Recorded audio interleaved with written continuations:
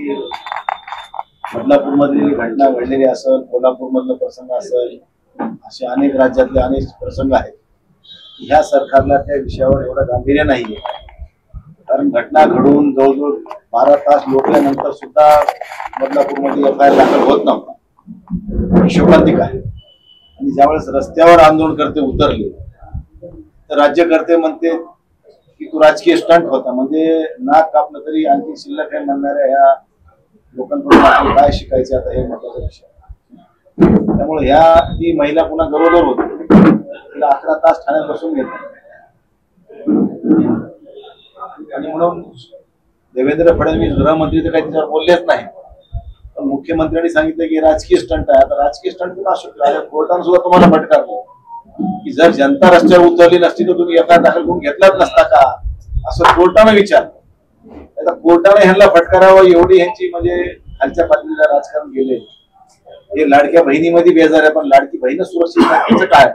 त्या अनुषंगानं उद्याचा महाराष्ट्र बंद या ठिकाणी महाविकास आघाडीच्या वतीने ठेवण्यात आहे. परभणी जिल्ह्यातली सगळी बंदची जबाबदारी आपल्या सर्व नागरिकांवर असेल. कारण हा विषय अत्यंत गांभीर्याचा विषय. हा कुणाच्या वैयक्तिक हेतूचा विषय नाहीये, किंवा स्वार्थाचा विषय नाही. हा समाजाच्या हिताचा विषय आहे, लाडक्या बहिणीचा विषय आहे. लाडक्या बहिणी सुरक्षित राहील याच्या अनुषंगाने हा विषय आहे. त्यामुळे सगळ्याची ही नैतिक जबाबदारी आहे. आपण बघितलं असेल की कोल्हापूरमध्ये खेळाडूचा सन्मान करताना पत्रकार सुद्धा सोडलं नाही. तिथला DCPनं पत्रकाराच्या अंगावर गेलाय. म्हणजे ह्यांना मोगरुरी आली. सत्तेचा हा माज आहे. फिर्याद दाखल करायचं नाही. आता उलट त्या ज्या लोकांनी आंदोलन केले त्यांना मध्ये घातलं. म्हणजे कोणी आंदोलन सुद्धा करू नये यांच्या विरोधात. एवढी यांची मोनोपल्ली झाली आहे. महाराष्ट्राच्या इतिहासामध्ये पहिली वेळ हे 5 वर्ष फक्त आम्ही की एवढा या 2.5 वर्षाचा कार्यकाळ तर आम्हाला बघायला मिळते की पैशाशिवाय दुसरे विषयच नाही. आम्ही म्हणेन तो कायदा, ते म्हणतील तसंच. आमच्या विद्यापीठातला सुद्धा विषय आहे की साहेब एक अडचणीत असताना जलसंधारणाचे काम करताना इमर्जन्सी मध्ये एक GR काढला होता की त्याला जिओ टॅगिंगच्या माध्यमातून एखादं इमर्जन्सी टेंडर प्रोसेस करावी. पण त्या GRचा आधार घेऊन विद्यापीठामधले बांधकामाचं 135 कोटीचं टेंडर त्या VCला प्रेशर टाकून कृषी विभागानं 5% अभाव दिले. त्याला VCने एकही ऑर्डर आतापर्यंत जनरल रेग्युलर टेंडर सुद्धा 20% बिलो करा म्हणून त्याने आदेश केले रेग्युलर ऑर्डरला सुद्धा. आणि ह्याला 5% अभाव 135 कोटी टेंडर.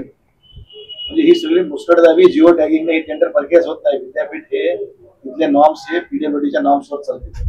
ते सगळे नॉर्म्स बाजूला टाकून ही चुकीची पद्धत अवलंबिली आहे. त्यामुळे एक टेंडर हे झाले परळीचं 135 कोटी, दुसरं एक टेंडर आता नांदेडचं आहे. म्हणजे जिओ टॅगिंग ही नवीनच सिस्टीम आहे. कॉम्पिटिशन नाही. आम्ही म्हणे तेच. म्हणजे पैसे कुणीकडून का होईना, सरकारला फक्त पैसे पाहिजे. ही सगळ्या पिक्चर समोर आपल्या समोर दिसतं. एक मंत्री सुद्धा टक्केवारीशिवाय कोणाला काम द्यायला तयार नाही.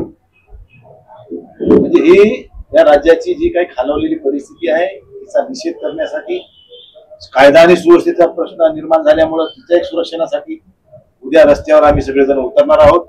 आपल्या सर्वांना मी या माध्यमातून विनंती करीन की हा जिवंत आणि जिव्हाळ्याचा विषय आहे. एका कन्येचा, कोणाच्या बहिणीचा, कोणाच्या सुनेचा असेल, कोणाच्या परिवारातले एक सदस्य आहे तिच्या संदर्भानं हा विषय खूप गांभीर्याचा आहे. कोल्हापूरमध्ये अशीच एका 10 वर्षाच्या मुलीला अत्याचार करून तिला टिकात टाकून दिले. तीच घटना घडत नाही तर दुसऱ्या एका परिवाराला संपवण्याचं तेच बदलापूरमध्येच घटना घडल्या. गाडीनं उडून टाकली. म्हणजे कायद्याचा धाक हा राहिलाच नाही. कायदा हा राहिलाच नाही असं म्हणायचं या परिस्थितीत. आणि म्हणून कायदा असल्याशिवाय सामान्य नागरिक जिवंत राहू शकत नाही. सामान्य माणसं जर सुरक्षित राहावं अशी भावना असेल तर कायदा हा कठोर झाला पाहिजे. आणि कायद्याचे रक्षक जर कायद्याच्या चोराला जर पाठीशी घालण्याचं काम करत असतील तर ह्या जी काही शोकांतिका आता निर्माण झाली आहे तिला कुठेतरी आपल्याला बळ देण्याचा काळाची गरज झाली आहे. म्हणून माझी सर्वांना विनंती असणार की उद्याच्या बंदमध्ये परभणीतल्या सर्व नागरिकांनी, जिल्ह्यातल्या आपण सहभागी होऊन या लांछनास्पद अशा या घटनेचा आपण सगळ्यांनी तीव्र निषेध करावा अशी विनंती मी या निमित्तानं करतो. धन्यवाद.